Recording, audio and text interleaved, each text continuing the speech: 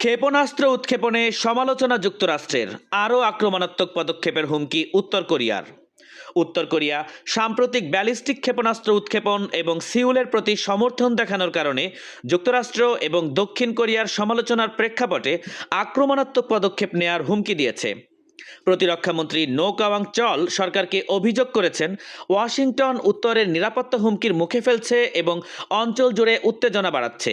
তারা একটি অজ্ঞাত ক্ষেপণাস্ত্র উৎক্ষেপণ করেছে, যা সাময়িকভাবে উদ্বেগ তৈরি করলেও ইন্দো প্যাসিফিক কমান্ড বলছে তা মিত্রদের জন্য তাৎক্ষণিকভাবে কোনো হুমকি নয়। জাপানও বলছে ক্ষেপণাস্ত্রটি তাদের বিশেষ অর্থনৈতিক অঞ্চলের বাইরে পড়েছে। নো কাওয়াং চল শনিবার বলেন, শত্রুর হুমকির বিরুদ্ধে উত্তর কোরিয়া আরও আক্রমণাত্মক পদক্ষেপ দেখাবে এবং তিনি মার্কিন দক্ষিণ কোরিয়ার সামরিক সমন্বয় এবং সামরিক উপস্থিতিকে যুদ্ধ উন্মাদনা উস্কে দেবার অভিযোগ করেছেন।